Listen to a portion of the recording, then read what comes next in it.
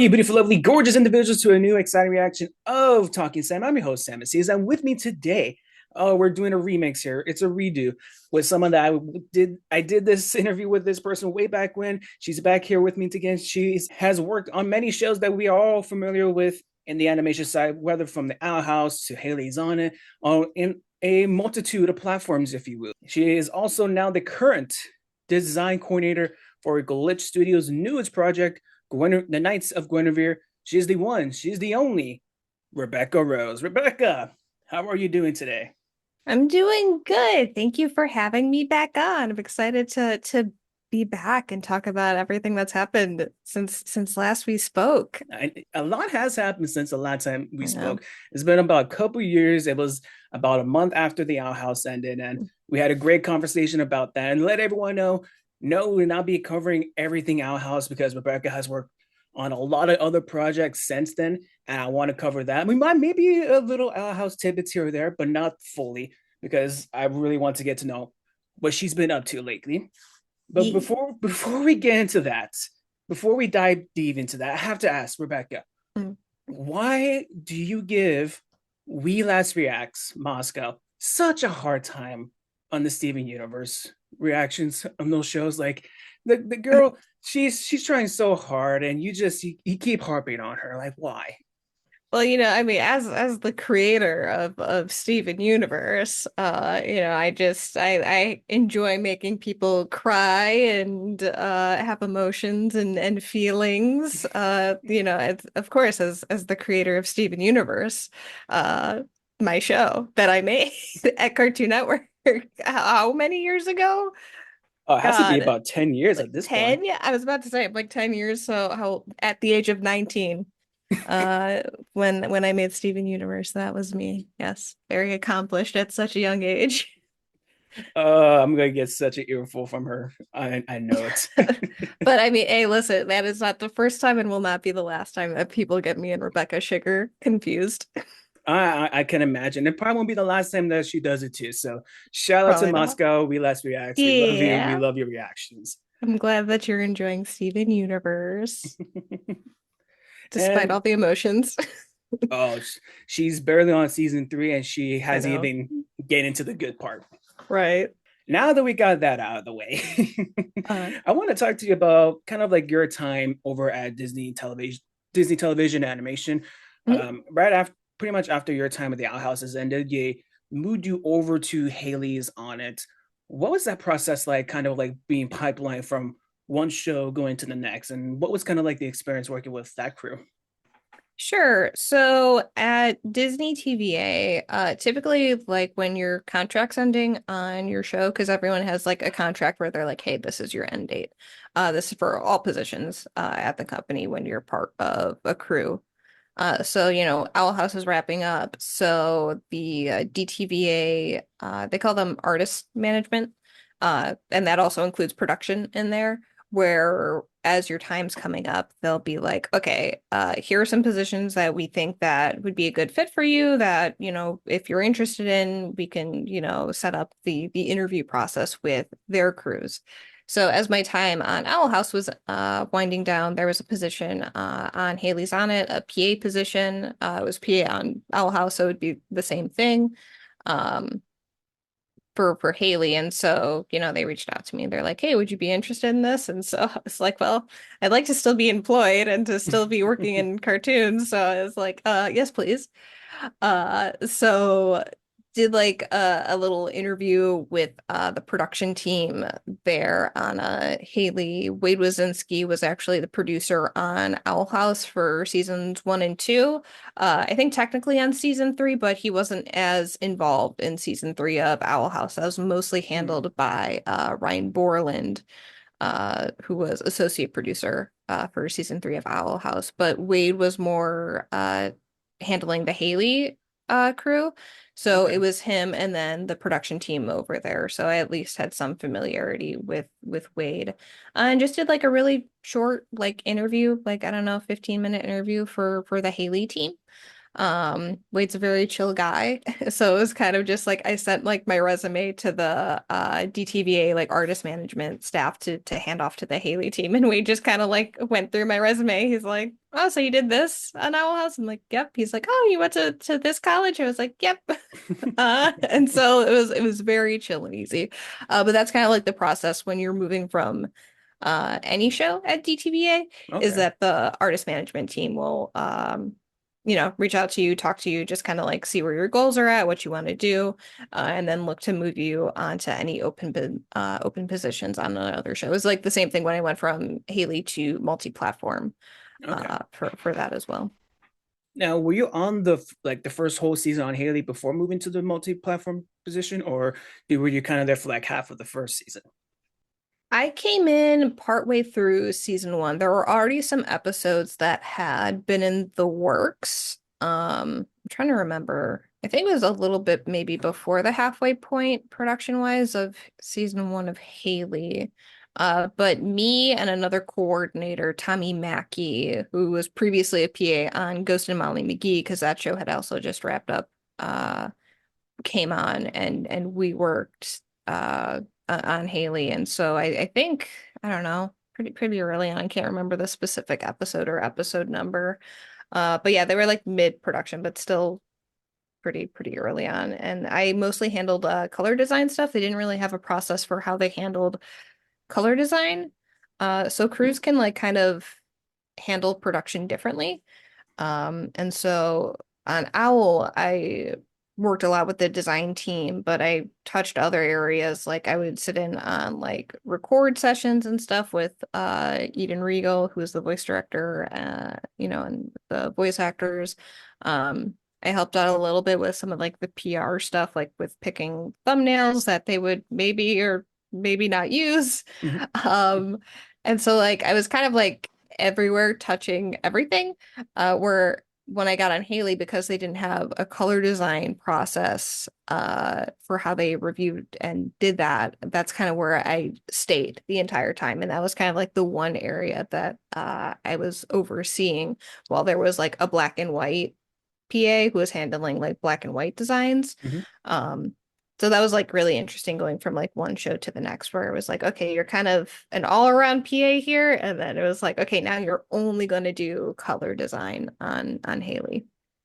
Interesting. And did you feel like going from that house where you're pretty much doing not 100 things at once, but you're moving around doing as much as you can to Haley, where you're For sure. like kind of like sticking you in one corner? Was that ever frustrating at a point where you feel like and you want to do more, or then they just stuck you in that one corner, or we're just like, Yeah, oh, I mean, like I was happy to like help make a process because I think they were kind of looking like, well, what did you guys do on Owl House? Because like I think like Owl House, like I mean, obviously because of like the personal connection that I had with the show was mhm, like the best place I could have landed, but also because I think that show was so well run, um, that like I was able to learn a lot, pick up a lot, in a relatively short amount of time that I could then take on to other productions that I was on. So I was like happy to help make up a process for color design on Haley because they were like super behind, like weeks behind oh, on, yeah, like where they should have been according to the schedule mhm, that they had set up, like, when they were budgeting and scheduling out for season one. mhm, Um, and so like I was happy to help out with that, and like eventually we were able to like get it on track, but like and I liked, working with the color designers and everything like that, but it was like interesting because it kind of felt like I was on like my own little island with like the color design team right. where like, all this other stuff's going on and I'm just kind of like off over here, with me and my team. So it's definitely interesting where it's like I felt I was more involved with Owl House. And like for multi-platform, when you're a coordinator, there's just like more responsibility with that job just in general, because you're overseeing essentially an episode from start to finish. We call it script to ship. So once you get the script, you take that episode all the way through until you ship off the designs to the overseas studio to Mm, animate. okay. Um, so I felt like I learned more on Owl House and used more of the skills that I learned on Owl House to be a coordinator. Um, versus then like Haley and helping out with like that one specific area and department. Okay. And when you were going from Haley to the multi-platform, was there like another contract you had to fill out and everything because it was a totally different thing, or was it kind of like, Mhm. oh, it was okay? Yeah, And so like anytime you hop on a new production, they'll be like, okay, this is your start date, this is your end date. So it's like that's I mean, it's not like when I say like contract, like it makes it sound like really big and scary, like they make you sign this like, just big right, scary long document. And it's nothing like that. It's just you acknowledging essentially like, hey, this is your new position, this is the new crew you'll be a part of, this is your start date and your end date. And that's essentially what it is. It's not a big scary thing. Um but yeah, it was like a very similar process from when I went from Haley to multi-platform, where I like sat down and talked with the production team on the multi-platform crew. The divide on multi-platform is also there's show style and then there's chibi. hmm, So like show style is all like the theme song takeovers. It's like the broken karaoke's and stuff like that. How Not to Draw also falls into the show style category. And then there's like the chibi stuff, which is like chibi Tiny Tales, chibi verse, all that stuff. So I think they were looking for a couple coordinators on there to kind of cover both sides of multi-platform. And I ended up going to the show style side of things and working with one of my old production managers from Owl House, who was on multi-platform. So I worked there for a bit before moving on to Glitch, but it was a very similar process. Interviewed with the platform production team, and then I also talked to the showrunner of multi-platform. I like how you did the Um, air quotes for that. well, it's like because we have like a showrunner for multi-platform, but he's also like an exec Okay, at DTVA. So it's not like, like a Dana or Matt Brawley for like Amphibia where it's like they're like involved in like the creative process, either like the writing or the boarding or the directing or the design. Um our for multi-platform is like we had an exec who would kind of give notes at each stage, but would not be the one like writing the scripts or boarding or directing or doing any of the design work or anything like that, which was interesting to like across Owl House, Haley, and multi-platform, just kind of seeing how uh the showrunners would handle certain things or just kind of like what their background was in and what they would be more involved with based on their work experience and career. right. And with Haley's on, feel like that was an interesting situation you guys had to deal with because it was just that one season. No one knew if it was getting greenlit. I don't know if you guys were aware ahead of time before you moved to multi-platform, but did you feel like because you're also a fan of animation at the same time when you're working on a project, do you feel kind of disingenuous from the studio that's not giving you, hey, here's a heads up, we are doing season two, or they're waiting until the last minute, waiting until the show airs and then cut before you move on to any other projects within? Like, is it? Do you ever feel like that when you were working? So for going from Owl to Haley, like I won't lie in saying that it was kind of a rough transition for me because like I got to be on like the dream production that I would have wanted to be on. I Right. feel that's like not the case for a lot of people where they kind of work on a couple shows and then they land on a show that they, really like, where it's like right out the gate. I just got to work on, a show that meant a lot to me and like was super proud to be a part of.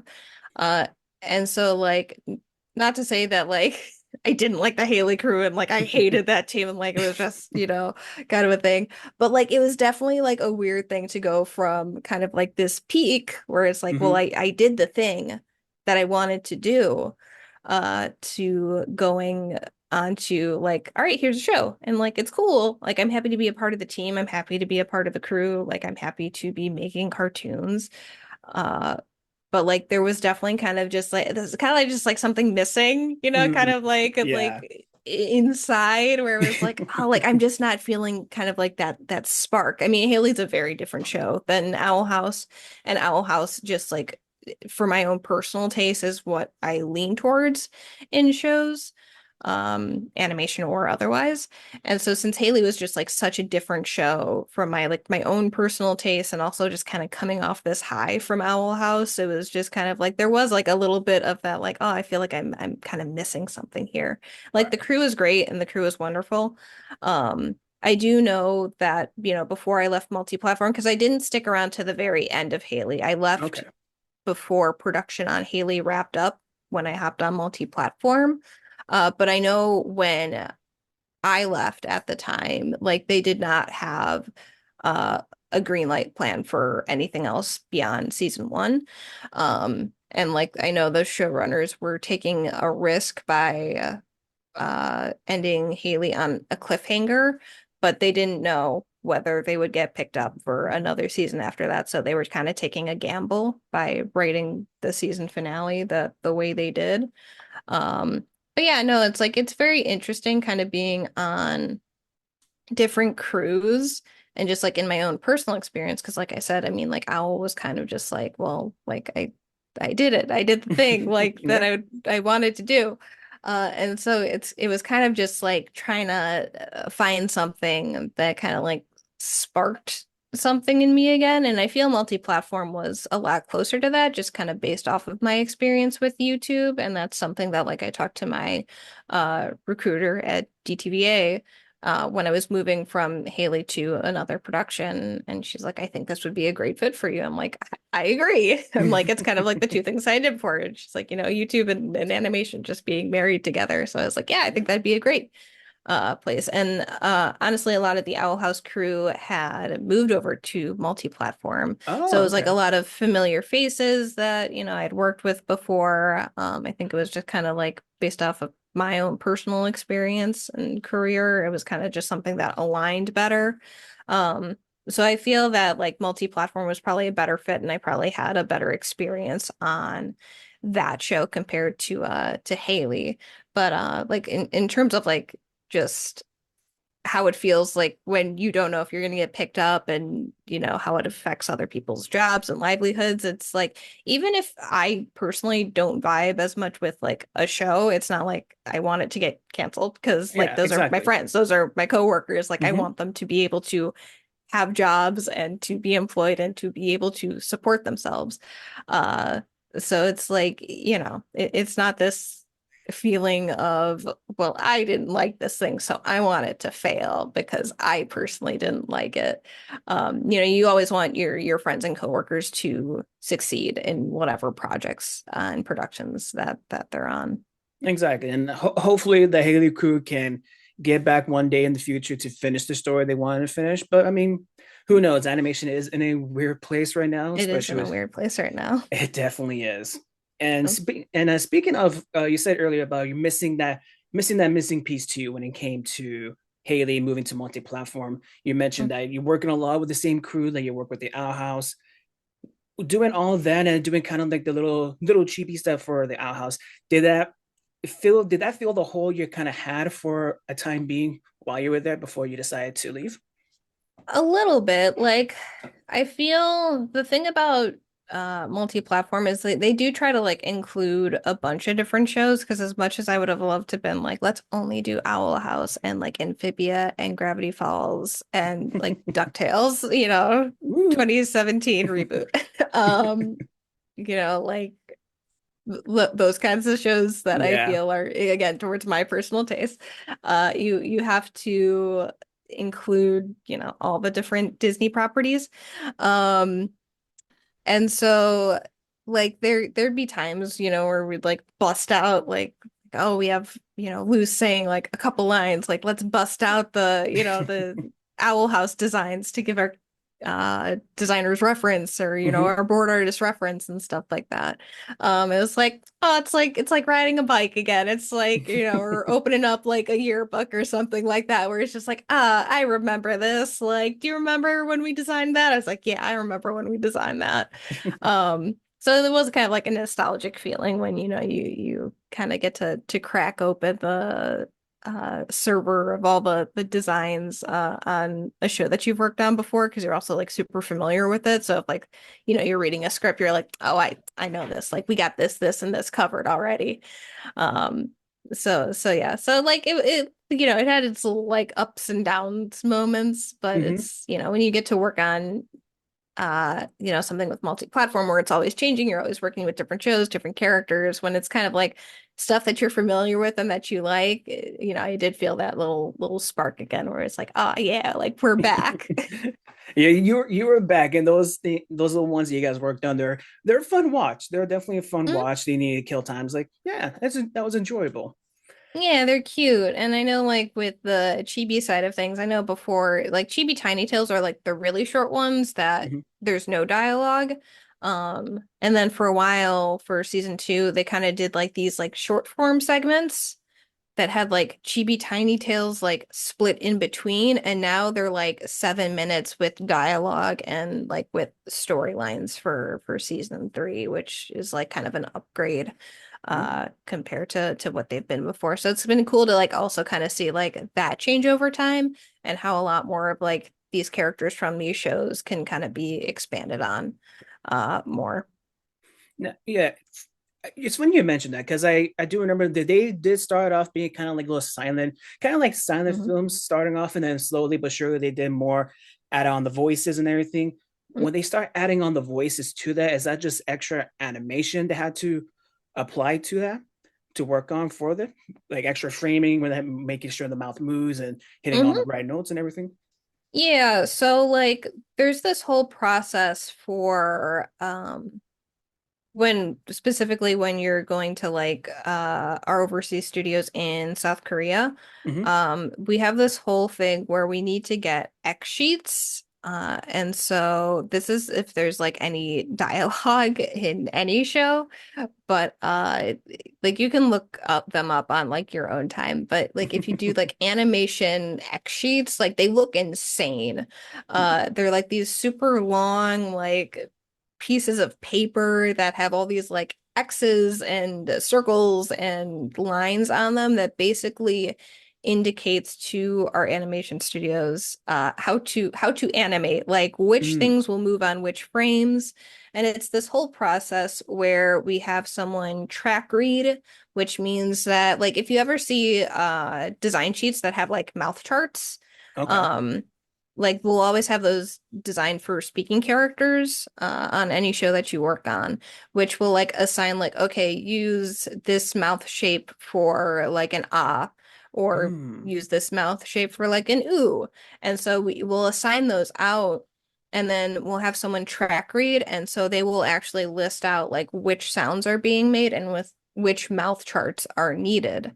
And so then those will go to timing, where our timer will time out any animation, will time out like the dialogue and all that stuff.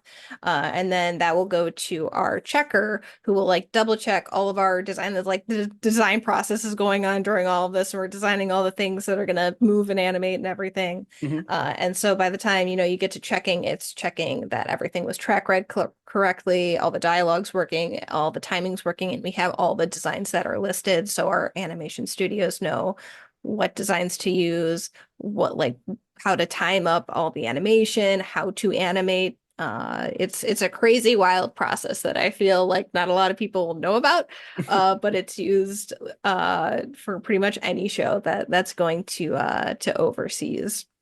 I did not know that. That's Hmm. pretty cool to figure out and learn right here. And so was all the animation being made in the South Korean studio, or was it some kind of being made in-house? Disney doesn't do anything in-house in terms Hmm. of like Disney TV animation. Um, we do script, we do like the recordings and everything like that. We do the storyboards, and then we'll do designs, which is props, characters, effects, and backgrounds.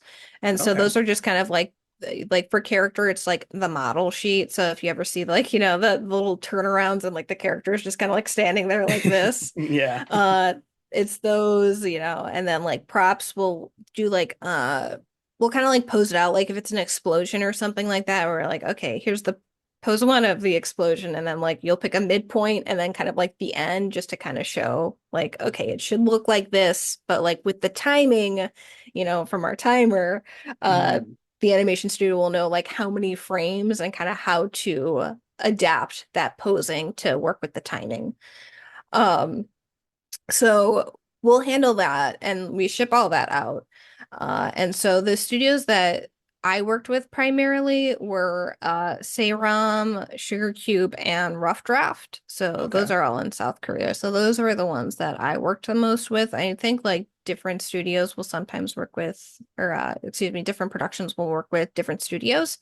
I think like Moon Girl works with Flying Bark. I think Proud Family works with Mercury, I want to say. Those are rigged shows. So that those are different studios that handle that if they're like working with puppets versus like hand-drawn 2D animation. Okay. So it also depends on that for which studio you're going to. But I feel like DTVA kind of keeps like the same studios for all of their shows for the most part. Okay, nice. And before you decided to head off and venture away from DTVA, Mhm. were you looking to maybe move up in the division in there, whether it be multi-platform or any other show or division or anything like that? Or were you looking at other studios like Sony, Cartoon Network, Nickelodeon? Were you like venturing out, keeping your eyes open to see what was opening before deciding to go into Glitch?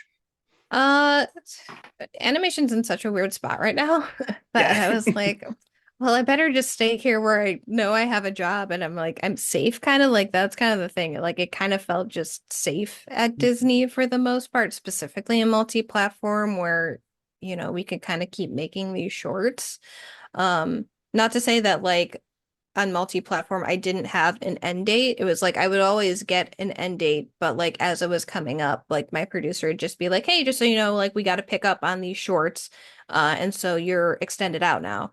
Mm, And so I'd get like a new end date, and so like that can kind of just kept getting kicked down the road, just like ever since I got there, which I'm very lucky and thankful for because that's not always the case for everybody.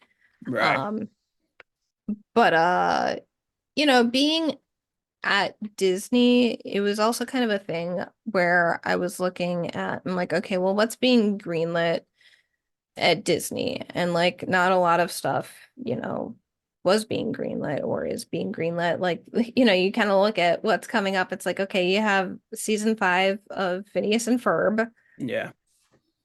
and like, that's kind of it. There's shows like Stugo and Kif, but Stugo and Kif actually aren't made at DTVA. Those are actually made at Titmouse and they're distributed by Disney. Okay. So those aren't even being made like in-house, like at the DTVA studios, which is really interesting too, to also see that Disney's kind of starting to distribute more versus like make stuff, Yeah. in-house. So it's kind of just like this feeling of, at multi-platform specifically, where I was like, okay, like there's not a lot of shows that are being greenlit. So I'm like, this kind of feels like the best place for me right now. But like, not saying that I wasn't looking to expand, or move up at all. But like, I just didn't feel like it was going to be at DTVA at this specific point in time. Right. Um, and like moving to another studio, like if I would have moved over to like, Nick or Titmouse or something like that, like I'm sure it would have been awesome and cool and fun. But, I'd also built up a lot of relationships at DTVA.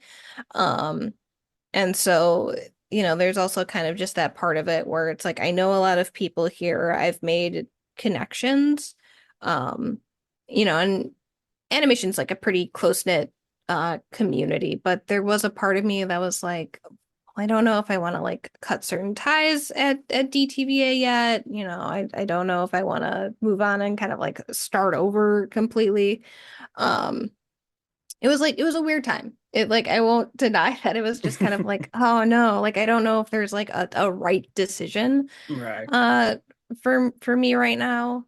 Um so yeah, so it's like I loved the crew that I worked with at multi-platform. Like I thought the people that I worked with like on a day-to-day basis and like spoke to on a day-to-day basis were like great. Like my, fellow production team, like my directors, my art director, my boarders, my designers, like those people were like awesome and amazing and like I would 100% work with them again. But it was like this weird feeling of just like I don't know if like could move up anywhere. I don't know if that's a Mm-hmm. opportunity that would present itself. Um, and but it was also kind of like this feeling of being on multi-platform for like a little over a year, maybe like a year and a half, Mm-hmm. I think. It was also kind of this feeling of like, okay, like I feel like I'm needing a change, but I just don't know like how, where, when that would happen, just given the kind of current climate of the animation industry. Um, but I mean, things happen and things line up. And so, Dana who's over at Glitch now, with some of the other Owl House crew is looking for some production people. And so it's a cool project and a cool up and coming studio. So it felt like a good kind of lining uh of what I was looking for at the time. So I'm super thankful and appreciative of that. It definitely seemed the stars were aligning for you and the rest of the crew for needing the right project to work together on. 100%. Like I feel like at Disney specifically, I mean, obviously, they're a 6 to 11 audience, Yeah. which is fine. And like I'm not saying that can't be like fulfilling to work in, but I was feeling kind of that it was I was looking for something new and different. Um, Was it and so was it like a burnout kind of feeling when you were going at the end at the tail end of that? I'm I'm not sure if it was like necessarily like a burnout, but it also is like something maybe specific to multi-platform where because you're working on shorts, Mm-hmm. it does get like very repetitive, I will say. Okay. And so it's kind of like because we're on a shorter time frame for everything, whereas with Owl, like specifically with Owl House episodes where they were, 45 minutes for season 3, like split in half, so technically 22s. Um, like at least production wise. Uh you got more time to kind of like breathe with an episode, so it kind of felt longer. Mhm. You had a little bit more time on it, but like multi-platform, with it being short, it's like you're moving through these things so quick. Right. And essentially like working on the show style side of things, it's you have like the theme song takeovers and the broken karaoke, so it was just like songs and singing, and it was like the same kind of like premise essentially each time, where it's like a character's gonna take over a theme song, and like those were fun, but it definitely did feel a little bit repetitive for me at a certain point, where I was like, okay, I'm looking to like mix things up here at some point. And so like I'm not sure if it's burnout. It was just definitely feeling like repetitive Mhm. a little bit towards the end there. All right. Now let's get into why a lot of people are here. Why we're talking right now. Your Chicago Bears. They got Okay. a they got a hopeful season coming up. They're not so great last season, but hey, Ben Johnson's the head coach. You got some new weapons. You guys might actually win a game in the NFC North. I know. Yeah, I feel like we say that every off season. We're like, this is our year.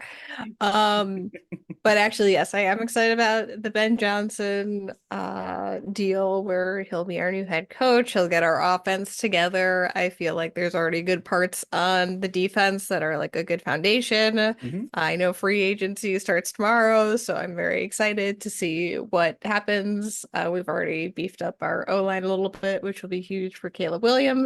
Oh yeah. So yeah, so ho cautiously optimistic The theme of for every this. Bears fan every year, cautiously optimistic. Yeah, I know, pretty much. But like, I feel like there's a bit of a new vibe. I feel like getting a very fresh, Fresh face, out yeah. with the old, in with the new, in terms of like the coaching staff will be good. Yes. I mean, I feel that just hopefully they know when to call timeout.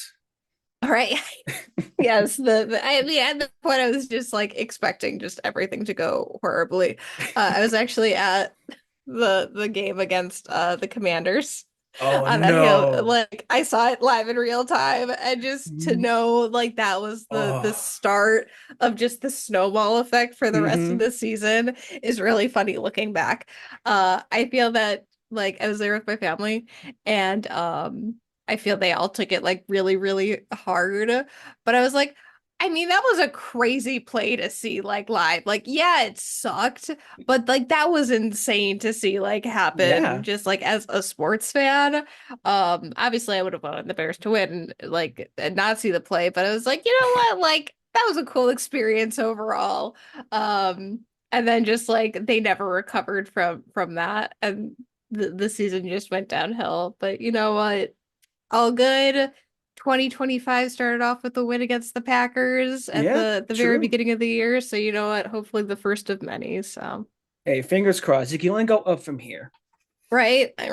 Like it can't get worse. So that's the kind of the It, thing that I feel is keeping us going. the Chicago sports motto at this moment: it can't get worse. I know it can't get worse. So we shall see. We shall see.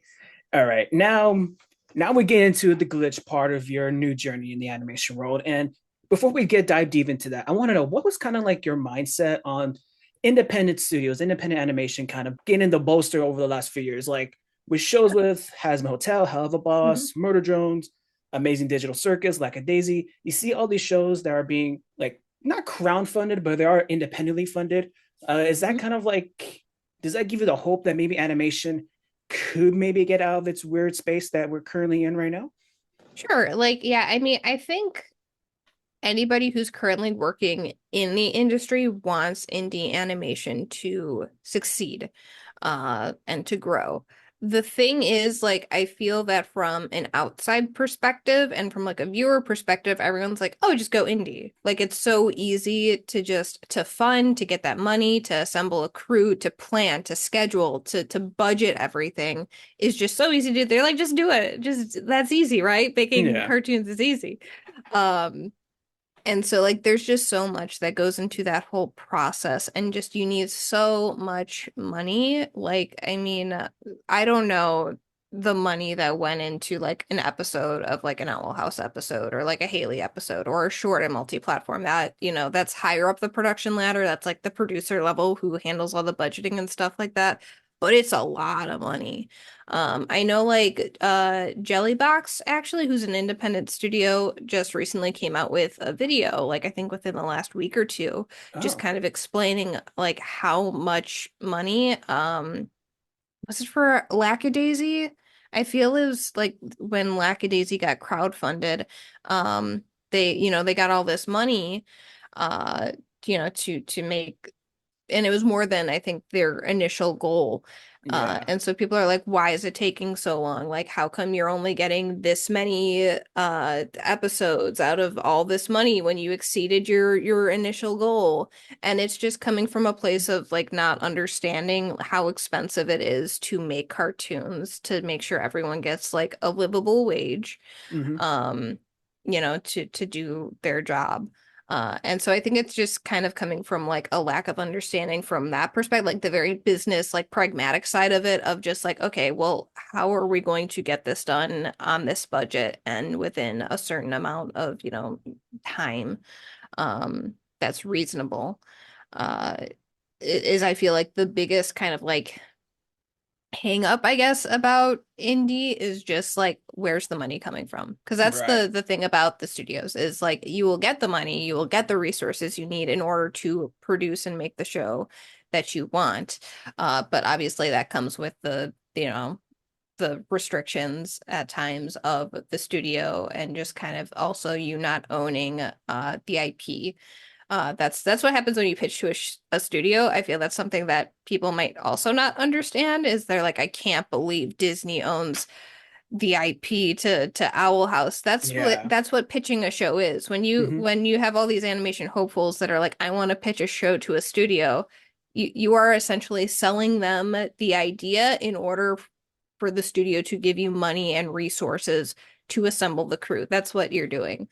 So it's not like a Disney specific thing. This is like any big major Right. studio that you go to. So like the indie route is like obviously very appealing because you don't have that. Um, but you know, again, it's like the time, the money, and assembling and budgeting and getting a crew together in order to make that happen. So I think if you get that all figured out, then yes, India is a great way to go because, it's kind of like the best of both worlds in that situation. But it's Yeah, getting to definitely. that point, is the hardest part.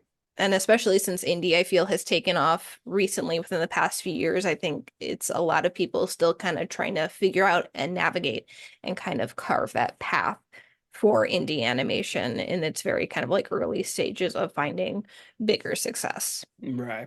And was there any one specific that kind of caught your eye at first? Because it is played to like an older audience, story wise, animation wise. Was there a specific one that just like caught your eyes, like, oh, you guys are doing that? Okay, and what else you guys got? Yeah, I mean, obviously, Glitch has been doing stuff, I feel like Murder Drones, I definitely heard about Murder Drones a couple years back. Amazing Digital Circus has been really, really good. Within the past like what year, which is like crazy to say, like year and a half, I think maybe, might be two. Might actually be might two. be two. Yeah. Um, yeah, like I mean, that was like such a giant success that I don't think anyone like could have seen coming. Hmm. So like I mean it's definitely stuff like that where it starts kind of bleeding into like mainstream where it's like, oh, like that's pretty cool that, an indie animated project is getting that kind of recognition. Um but yeah, I mean what Glitch is doing is awesome. I feel like there's like smaller indie animation projects too. Art of Murder, I feel, came out a couple Mm, months ago, yeah. which I really liked and enjoyed. Um, Port by the Sea was another one, like smaller project that's really cool. Um, Heathens is another Yep. one. So yeah, so I feel like there's smaller projects. I know it's very easy to point at like the big ones that are like, oh, those are like big Yeah. successful kind of projects and shows, which is like awesome and great to see. But like I said, there's kind of like the smaller ones where I'm like, oh man, like this would be a cool like full on series. And I mean, like you said, it's like kind of not being limited to like a 6 to 11-year-old audience. Like if Hmm. you're working with a bigger studio, not saying that's like the only, demographic that studios are playing towards, but it is a majority of them just kind of like kind of how the Western uh climate is with like how they see animation is that it is more targeted towards kids. So like the fact that there's animated projects out there being made by, smaller creators who are really Hmm. just like, okay, like we made an episode or like a pilot.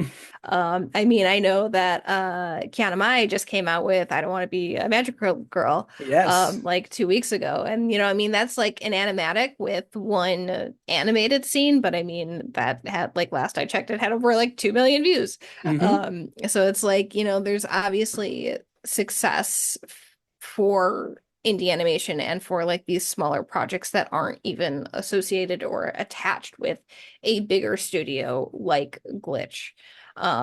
Which is like great and awesome to see that like people are really taking it upon themselves um to to create and make what they want to make and then get that positive feedback and reception and kind of just increase that chance of like, okay, well maybe we can expand upon this even more.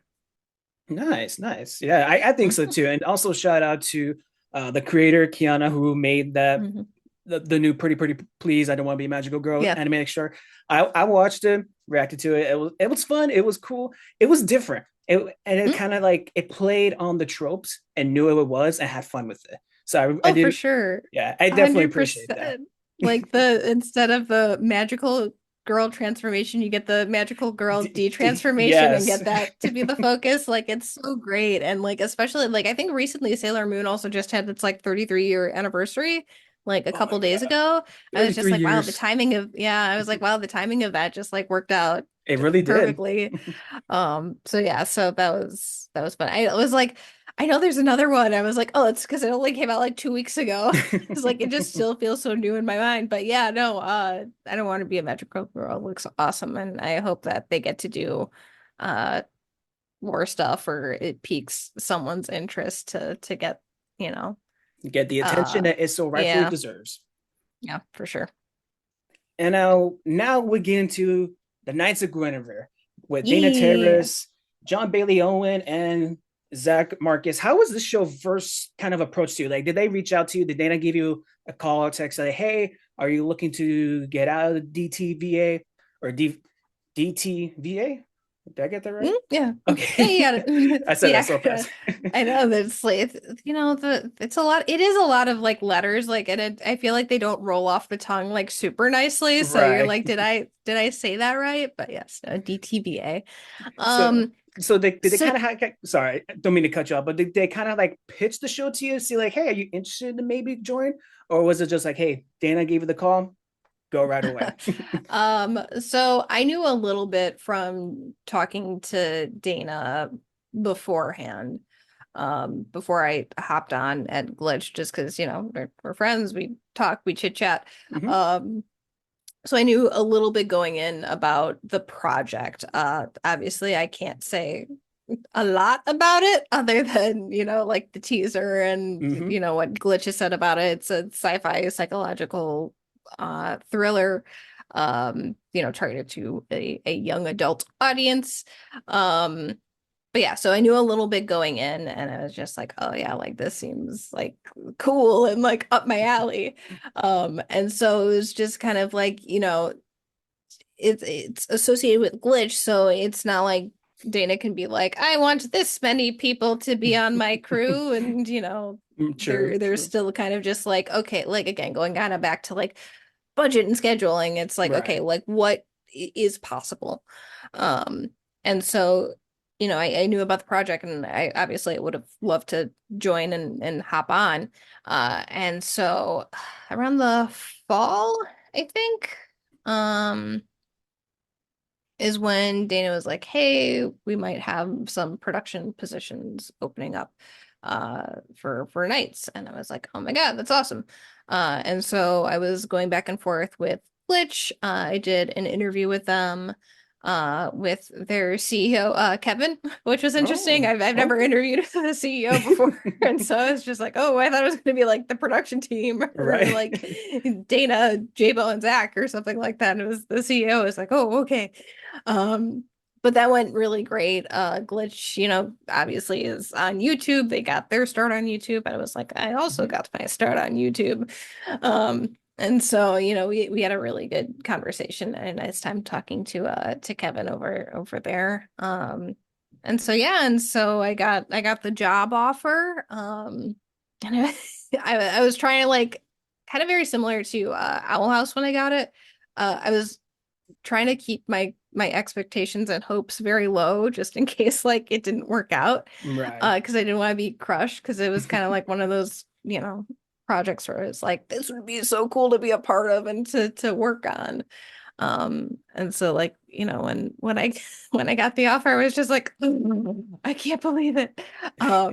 So yeah, so accepted it. And it was very like bittersweet to say bye to like my team at Disney TVA, specifically on multi-platform, because that was my first coordinator job. So like that was like my team. I was Hmm. like that's those are my designers, those are my storyboarders. I was like those are my guys. So it was very bittersweet, like having to say goodbye to them. But I think working at Glitch and working on nights and with Dana, Jabo, Zach, as well as other Owl House crew members, just felt like the right fit and at the right time for me, and just a good opportunity and a good position, and to work somewhere outside of Disney, specifically to work with an indie studio who's growing and up and coming. It all just kind of felt like things lined up and it was a good fit. So yeah, so been there for about a little over a month and a half now, so still pretty new. Um but it's been good so far. Nice. And is it kind of a different experience going from obviously being a fan to Dana to now being a friend to very close friend to her, working on the outhouse? You came in kind of midway in the season two into the finish. Is it a different? Do you feel like it's going to be a different experience going into the show from the ground up from the very beginning and just like see where you can go from there, build up from Knights of Guinevere? 100%. I was like just talking about this the other day with, who was it? Was it my mom? I think I was on a phone call with my mom. And it was just saying like how different it is being part of a show so early on. Because like nothing exists of it outside of like for Nights right now, the Mhm. teaser trailer, which Just a is, teaser. not yeah, like not a ton to go off of. And so like, Owl, like I knew full well like what I was going into by the time I hopped on. Like, Right. I and then like with Haley, even though nothing had been released at the time I hopped on to work on it, just working at DTVA and hearing people talk about like I knew about Haley. I had seen art about Haley. Like I was at least familiar with what the show was going to be about, the art style, how it looked, like people who were working on that show. And then, multi-platform was already established with all their different shorts. So it's like I felt like I kind of knew going in like what each project, was about at Yeah. DTVA. Whereas with this, I have Dana's, her like elevator pitch, I guess you could call it, just kind of what the show's about and everything like that. Um, but things change from the time you have a pitch. Like when you have a pitch Bible, like things change all the time. Right. Um, with any show. And so like now being part of it like so early on uh is definitely like very different because it's like eh, you do kind of like as a crew get a little like energy from like Mm. fan reactions and like kind of like the response and reception to everything, like even with the teaser trailer being out, we're seeing people like posting fan art and stuff like that. And we're Yeah. like, look at this cool fan art. So it's like, yeah, that stuff is like, oh, cool. Like people like the stuff that we're making, like even with like so little. So it's definitely kind of a thing like, oh man, like when the first episode ends up Yeah. coming out, like that'll be cool. It's at Um, that extra juice of energy you guys need. yeah, for sure. And so like definitely there's like kind of that part of it where we don't have that really right now because there's just so little. So personally for me, it's like I'm definitely looking forward to like the everything like being out. Like here's the first episode. Like now you guys know what the show's about, or the premise, and like here are the characters and all that stuff. Um, so yeah, so very much looking forward to that, but also just being part of a show so early and being able to like grow with it and be there so early on. Being part of Glitch, which is growing as a company, is also very different from Disney, where it was kind of just like, we are Disney, this is how we do things, this is the way. Yeah. Whereas with Glitch, especially since Nights is the first 2D show that they're doing, Yeah. it's also building out their pipeline Hmm. and just being like, okay, like this is how we should do things for 2D instead of it being a 3D show, and just kind of adapting. And like even in like the month and a half that, I've been there have been things like, okay, like we should change this. Like we need to adjust this. Like this would probably work better for our crew for like what we need. So there's a lot of that. It's kind of like a lot of the growing pains too. But like I feel like in the end it will all be worth it. Hopefully, fingers crossed for you guys, definitely. And Yeah. speaking of on that the 2D front, does that give you guys an like again another extra boost of confidence knowing that hey, this is gonna be Glitch's first 2D animation run, and they asked Dana and you guys, your crew, to be like, hey, hit the ground running, be out first, let's make some noise. Does that give you like another boost like of confidence, if you will? For sure. I mean, like Dana obviously has, an audience that is a fan of her work and will support her work. Mm-hmm. And so like knowing that there's gonna already be like a set of viewers who are like gonna be there from like this day one. I mean, there's already people who are there day one. Like there's already a subreddit for it. Yeah. Um, so it's just Strangely kind of enough, like, yep. yeah, right. So it's just kind of like, okay, like I feel like we'll be good on that front, but in terms of just like Dana being an experienced showrunner is like huge. I mean, Oh, Zach and Jabo being in working on Owl House, but I mean they've worked on other stuff before. is also huge. So it's like I think just them having the studio experience, even though Glitch is indie, I think having studio experience and having knowledge about how a show is run and just their careers and like all that they've accomplished already is huge in just helping make the show function. And I think like if this was a 2D project with like a very brand new up and coming like showrunner who's Hmm. just like, I want to pitch a 2D show, and it would have gotten picked up by Glitch. Like I think it definitely could have, worked out. But I think Dana, Jack, and Zach and Jabo having the knowledge already, and having, former Owl House crew members who have worked together before and been on other projects is like so helpful for just taking on this kind of big task of making a show work and building a show from the ground up and making a 2D pipeline. And especially with like production who ends up, kind of making the schedule and the Hmm. process and like kind of figuring all that stuff out. That's also like huge. And so like we have an awesome production team too, uh, over on our 2D crew. Alisoon Lockhart's our line producer, and she's Okay. been like killing it. She's been doing so good in like Shout out to her. managing all this. Yeah. Um, so she's been doing an awesome job with managing kind of like the production side of everything and just touching base with Glitch and Dana and Zach and Jabo and all those guys. It's a Herculean task and effort, but it's been very rewarding so far, and I feel like once like we actually start to see the finished product, Right. even more so. Yeah, would it be 2024 or 2025? We are 20. We're in We're gonna 2024. go back in Oh, time. oh God, my head's all over. Will it be in 2025? Will it be in 2026? The first episode? I don't know. You guys don't know yet. You're working on it. We just can't wait to. Hopefully. Hopefully, Parentheses, hopefully. hopefully, we can't wait to see it. And just speaking on that part with the glitch side, how different is it going from the DTVA, their scheduling, production, and everything like that, to working on the glitch side, the independent side? I know you only been there for a month, and I'm just curious, what's the differences that you've noticed, and what similarities if that you also noticed so far? Sure. So like I feel that for the most part, like kind of like the main steps of the pipeline are the same. So it's like, I was talking about like script to ship. So it's like Mm-hmm.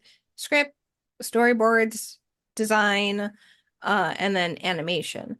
The biggest thing about working at Glitch is that the rough animation is being done in-house at Glitch. We Mm-hmm. actually have a team of 2D animators who are doing the rough animation. So instead of kind of stopping at the design part and shipping that, we have the designs, and then we have our animation team at Glitch do a rough animation pass, and then that will get sent off to our overseas studio to do cleanup and then to add color, because Okay. we'll have the color designs done, and they'll refer to that when cleaning up all the animation at our overseas studio, Studio Mela. I think Mela's posted some stuff on their social media page about like when they did the teaser trailer and just kind of showing what, they were working with, which is really, really cool. So that's kind of like the biggest thing is that we actually have a team of animators in-house, because like that was not a thing at Disney unless there were like very specific scenes. Mm. I'm sure you saw them in like Owl House Amphibia, Yeah. where, like there'd be like one scene where like we had like really cool animation. Hmm. And that's because we're like, okay, like let's get a 2D animator to come in and like really pump up this scene. Versus like working with an overseas studio where we're like, okay, can you like animate the whole thing? Which is just like a different, you know, process entirely when they're animating an entire episode versus like one specific scene. Right. Um, so that's probably like the biggest thing, but like the steps are the same. Okay. For that. It's just that we have an animation team that's like the biggest thing. And then there's just kind of stuff like they have a different production tracker and design tracker than what Disney had. So it's just like, okay, it's a different program. Like there's different software and stuff that Glitch uses, which is like a lot of that stuff honestly operates like the same. It's just kind of figuring out the little nuances of how they differ. Which is like, I mean, I'm sure at any different studio, if I would have gone to, Nickelodeon, Hmm. Tim House, Sony, wherever, I'm sure each, studio has their different softwares that they prefer. Um, I would also say just like, I don't know, I feel it's a more chill environment, and like not saying that DTVA was like I felt like, someone was just like looming over me like the entire time Right. I was working. I feel it's just Glitch has more like-minded people. Okay. Um, because I mean it's obviously a lot smaller than Disney. We're a smaller crew. Just in general, like Glitch is a company, not even like Knights of Guinevere. Um, so I feel it's just like a smaller crew with just like more like-minded people who are like, hey, let's just make some like really cool cartoons. It's not, we don't have to worry kind of about like the brand side of things at like would be at any major studio where it's like, Right. okay, well, like how does this make the company look? Like I know people always bring up like S&P notes and stuff like that, and they're just like, well, we can't have this and blah blah blah blah blah. Um, which, like, honestly, in my experience, like S&P was actually pretty chill during my Oh, time at Disney. Like, I know people think it's like every single episode they're just like harping on us with anything, but honestly, like they were pretty chill. Usually, like S&P stuff is like, I mean, Owl was probably the one where we got the most, but it was usually just like, too scary, too bloody, and like those were pretty few and far between, from what I remember. But yeah, like honestly, S&P at Disney wasn't like that terrible from what I remember. Uh but like we don't really have to like worry about that because it's like an adult audience, so we're yeah, just true. like, okay, like we don't have to worry about, if there's like some blood or gore or anything like that. I mean, obviously from the teaser trailer, Uh, there's some just there's just some a just blood, a little bit. I mean, just a just a little little. bit. Yeah. And I mean, Um, who knows? It might just someone from Amazon or Netflix be like, "Hey, we want that show on our thing." So mhm. it could be an appealing sell. Yeah, so I mean, it's just, there's stuff like that where we don't have to worry about that as much. Again, it's just like I feel it's people who just want to make cool cartoons and cool shows that they want to watch, like they themselves want to watch and be fans of. Hmm. Um, so it's not like so much worrying about like, well, what will this say about our company and the business? What will the people, the children think? We don't really have to, don't have to deal with that. don't have to worry about them kids. You can just go shoot fly away. Or we'll just be like, please just don't, I don't know. Like I know kids are like on YouTube now and they'll just like kind of watch anything and everything. They're like iPad kids. Hmm. Um, it's like I've definitely seen like kids in like cosplay for like shows and I'm like, that's a more mature show and they're like really Yeah. young. I'm like, are Hmm. you watching that? I'm like, you look 12. I'm like, I don't think that's an appropriate show for you. Oh yeah, Um, I've seen and heard about all of them. but yeah. It's But that overall, definitely that Glitch has we're been great. it's definitely that gray area. Yeah. Now I want to talk to like the fan Rebecca Rose. Mhm. Now that you see Glitch, because they're very much behind all their animators, their producers, and everything like that, their crews. Seeing them get pretty much fighting for Amazing Digital Circus to be on Netflix and on YouTube at the same time with not a lot of restrictions. Maybe I'm not sure. I don't know, but still able to have that show both on both platforms to make sure to get as most eyes as it can. Does that give you guys and your team hope that maybe, hey, if we like really knock it out of the park, the people are liking it, that could be we could be the next show that does that, whether it be on Netflix or anywhere else that wants to license your show. So like, I mean, I think they retain, I mean, I don't work on the digital circus team, so I don't know how that, and I mean, obviously it happened before I hopped on, so I don't know like the specifics of that, but like I believe they retain creative control of it. It's just Okay. being distributed by Netflix, from my Yeah. understanding. I could be wrong with that, but I believe that's how it is. Um, for nights, like, I mean, I think this is kind of like the interesting thing about being indie, is that like I don't know if there's anything that like from Dana, Jabo, and Zach's side of what uh can happen with where it can be distributed or not. So that's kind of like for the business side of things. So it's like I'm not sure how that that works because like at Disney was like pretty clear. It was just like, all right, it's gonna be on Disney Channel and Disney Plus. Yeah. And I'm like, that's where it's gonna be. I'm like, okay. But like working with indie, it's like I don't know if like that's like a from a creator to creator basis on like where things can be distributed or where they'd be interested in having shows distributed or if that's like a glitch side of things. So that's kind of just like a business side of Right. like that I'm totally out of the loop um on how that is. I mean like I think it'd be cool to like have nights on like another streaming platform, but like also YouTube is free. Yep. Like everyone has access to YouTube. So like I think that's just like such a big appeal to it is that you don't need a subscription at the same time for like another streaming service in order to watch it. It's like available to anyone and everyone, which Very is true. really, really cool. Um, but yeah, like I mean, again, I'm so out of the loop of like the business side of that and like how all of that works. So it's just like it's on YouTube. I'm like, that will be cool.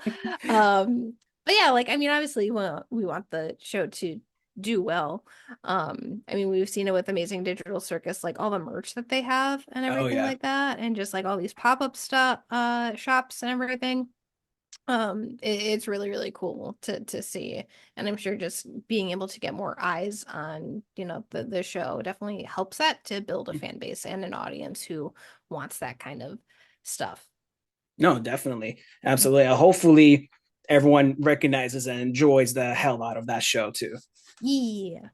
Now, I have to ask, now that you're not under that Disney umbrella anymore, the mouse is not overlooking you, and you did get into this game in the YouTube world. Are you looking to maybe go back to YouTube, do some kind of reaction based style shows for your channel or anything like that? Or is that kind of like in the past, you don't get that itch anymore to go and make a reaction or anything like that? I don't think I'll ever go back to making reaction videos. Just for me personally, is something with like reactions has also been like, what's the divide between work Mm, and just like my own personal enjoyment of a show. Like there's certain shows like Owl House and Amphibia that like I didn't mind doing it with.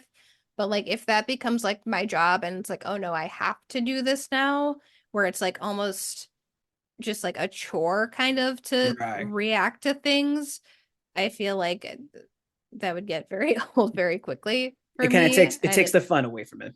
Yeah, and it's still like sometimes I don't want to talk when I'm watching something. Sometimes I just kind of want to sit and enjoy a show or a movie or what have you, just like on my couch and just, not having to entertain anybody kind of a thing. Uh, while I'm watching sometimes most of the time really. I would just kind of like to just chill. So it's like there's exceptions to it, but like I don't think I'd ever go back to doing reactions or anything like that.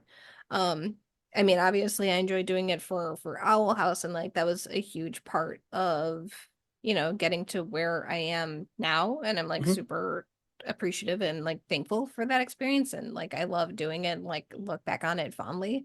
But I don't think I would do anything like in the future for that.